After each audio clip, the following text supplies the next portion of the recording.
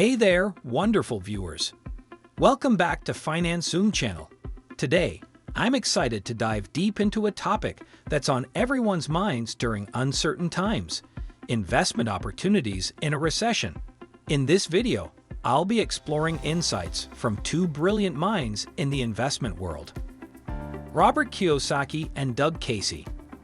So grab your notepads because you're in for a wealth of knowledge. Understanding recession. Hang on to it. Inertia on the part of most people, and lack of knowledge on the part of most people. The U.S. dollar is an IOU nothing on the part of the U.S. government, and the U.S. government itself is bankrupt at this point. We're headed for really, really serious trouble. To understand investment opportunities in a recession, you must know what a recession is and its effects. A recession is a significant decline in economic activity that lasts for a prolonged period. It's often marked by a decrease in gross domestic product, which is the total value of goods and services produced within a country. In simpler terms, during a recession, economies slow down, businesses might produce less, unemployment tends to rise, and consumers may cut back on spending. Now that you know what a recession is, the next question in line is, what causes recession? A single factor doesn't cause recessions, but rather a combination of various economic forces. One common trigger is a decrease in consumer spending. When people tighten their belts and spend less, businesses earn less, which can lead to layoffs and a downward economic spiral. Other factors can include a decrease in business investment, disruptions in the financial markets, changes in government policies, and even global events like oil price shocks or geopolitical tensions. The precise mix of causes can vary from one recession to another. Robert Kiyosaki, acclaimed author of Rich Dad Poor Dad, has a unique approach to understanding recessions. He views them as inevitable economic cycles. To him, recessions are not to be feared, but rather opportunities for those who are prepared. Kiyosaki stresses the importance of financial education, advocating that understanding how money works is key to thriving even in challenging times. He often emphasizes the difference between assets and liabilities, suggesting that building a portfolio of income-generating assets can act as a buffer during economic downturns. According to Kiyosaki, recessions can be the breeding ground for entrepreneurs and investors who can identify and capitalize on market gaps. Now, I'll shift gears to Doug Casey's insightful take on recessions. Casey, a renowned contrarian investor, looks at recessions through a historical and global lens. He considers them as a natural part of the economic cycle and a necessary correction to excessive growth. Casey believes that recessions cleanse the economic landscape, weeding out inefficient businesses and encouraging innovation. He sees them as an opportunity to reevaluate one's investment strategy, focusing on undervalued assets and industries that may have been overlooked during boom times. Casey often advocates for a contrarian mindset, suggesting that the best time to buy is when everyone else is selling and looking for long-term value rather than short-term gains. Before I jump into the investment opportunities, I'll quickly address the elephant in the room. Why even consider investing during a recession? Both Kiyosaki and Casey acknowledge the risks of investing during a recession. Losses in the near term can result from economic uncertainty. However, they both stress that risk may be reduced via careful planning, diversity, and adaptation to varying conditions. They think taking cautious risks during a downturn might result in significant gains when the market recovers. Well, the first book I wrote was The International Man. I wrote that in 1977, and talking about Africa. I was in Rhodesia, which is now called Zimbabwe, during the war that they had there, and went to a publisher in Harare, that was then called Salisbury. We got along, and he published my first book, The International Man, in Rhodesia became the largest selling book in the history of Rhodesia. That's a record that's never going to be broken because the country doesn't exist anymore. But that's the kind of thing that you can do in a country like that. Here are some investment opportunities that can lead you to financial wellness. 1.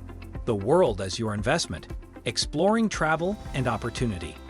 I'll start with Robert Kiyosaki, whose insights have revolutionized the way you perceive investments. Kiyosaki believes that one of the most valuable investments you can make is in yourself.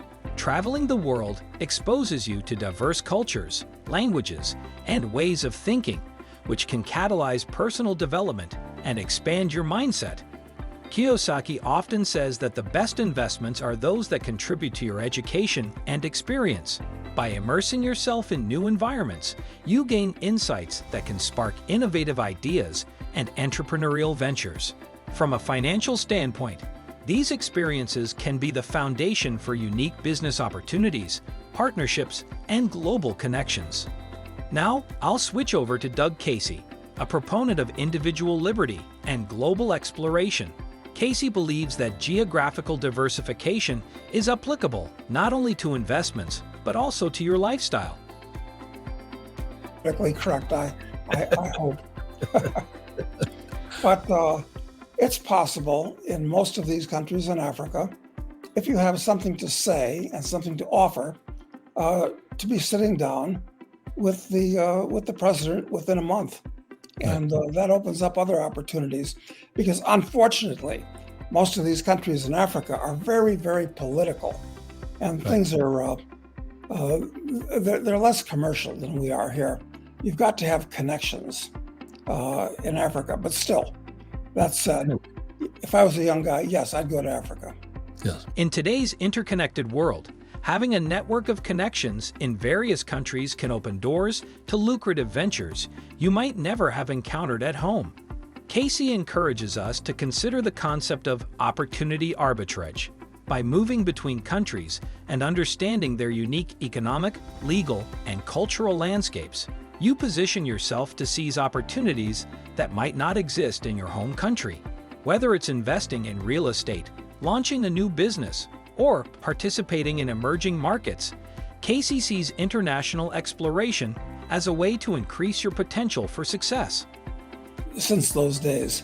In fact, one of the things that I almost did in Rhodesia, there was a hotel that was built like a castle. It was a castle, actually, that was built right on the border with Mozambique.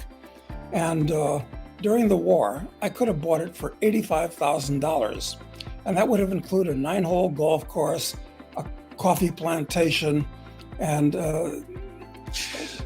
about 100 hectares of beautiful land right there in the Vumba Mountains on the border. And I thought about it because I actually had $85,000 back then. But if I bought it, it would have changed my whole life. But here's what happened. That was back in 1978.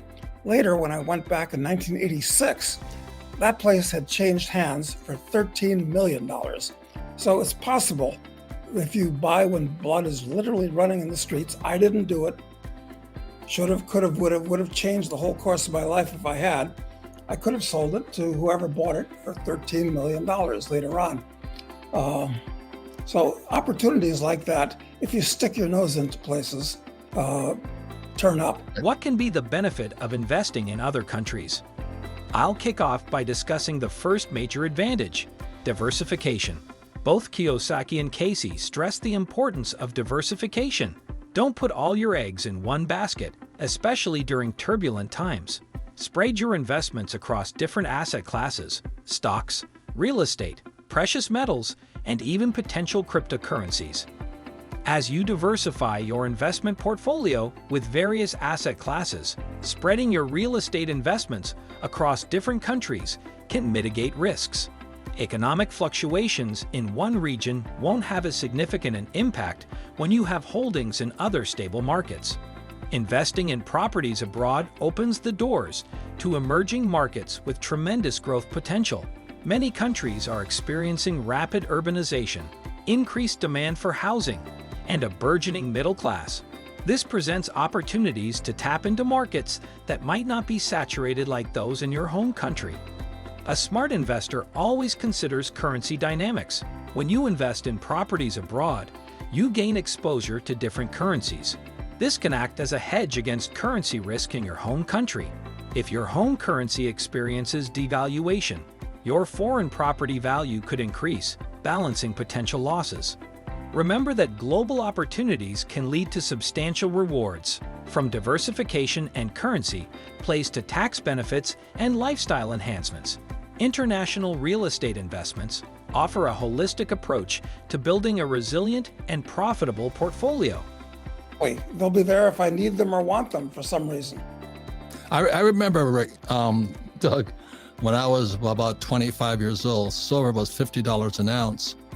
Today it's $35 an ounce, or approximately for a coin. And I'm going, why don't you buy more of it? You know, people go, no, I'd rather have the US dollar. I'm going, holy mackerel. See, my opinion on the speculation side, I think silver is most, and by the way, we're not an investment company. Richard doesn't make recommendations. But right now I'm looking at silver and my teeth are getting soft, going, holy mackerel. What an opportunity. But people would rather hang on to the dollar. 2. Investing in gold and silver. Kiyosaki strongly advocates investing in assets that hold value, especially during economic downturns. Gold and silver coins have stood the test of time as storehouses of value, even when other investments falter. Kiyosaki's key insight: during a recession, paper currencies can lose value due to factors like inflation and economic instability. Gold and silver, on the other hand, tend to hold their worth, making them a valuable hedge against currency devaluation. He often emphasizes the importance of diversification, and adding these precious metals to your portfolio can provide a layer of stability. Casey believes that during a recession, when markets are in turmoil, gold and silver coins can shine as safe havens. He points out that these metals have historically acted as a form of real money that isn't tied to any specific government or economic system. Casey often likens gold and silver to insurance against financial calamity. When markets are uncertain and traditional assets like stocks and real estate become volatile, precious metals can act as a buffer, preserving your wealth and providing a sense of security. Combining the insights of Kiyosaki and Casey, there's a common thread.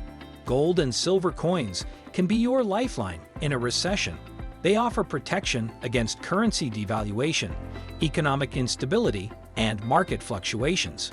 While other investments might waver, these metals maintain their intrinsic value and have a proven track record of weathering financial storms. This is, I don't know if you've looked at these things or not, Robert, but the shipping industry, very important industry. I mean, everything that comes from oil, grains, everything, it's all shipped. And the average shipping company, whether we're talking about bulk carriers or container ships or oil tankers, the average shipping company's stock is down over 90% from its previous peak. And I don't like... 3. Investing in shipping industries. Kiyosaki and Casey emphasize that the shipping industry is the backbone of global trade. Everything we use, consume, or wear is likely spent on a ship.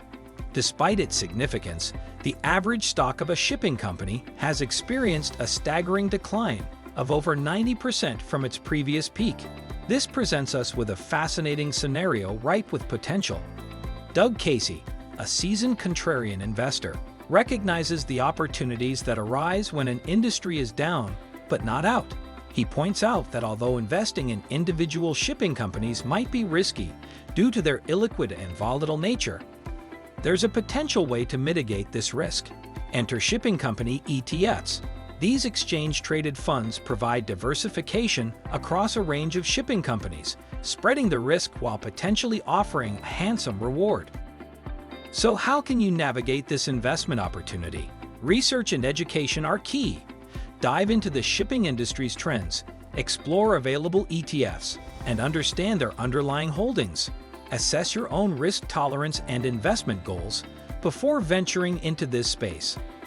Ladies and gentlemen, as I come to the end of our insightful journey, it's clear that during times of recession, a holistic investment approach is more important than ever. In this video, you explored 3 diverse avenues that can prove to be strategic choices when economic uncertainty looms: investing in gold and silver, embracing the world as your investment through travel and opportunity, and considering the potential of investing in shipping companies.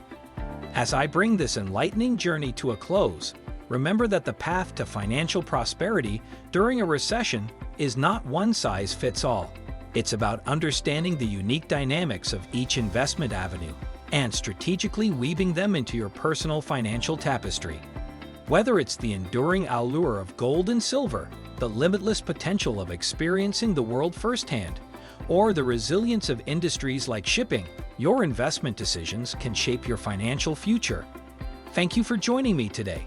If you found this video valuable, don't hesitate to hit the like button and subscribe for more in-depth discussions on investment strategies. Until our next exploration, may your investments be prosperous, your horizons vast, and your financial journey ever enriching. Happy investing!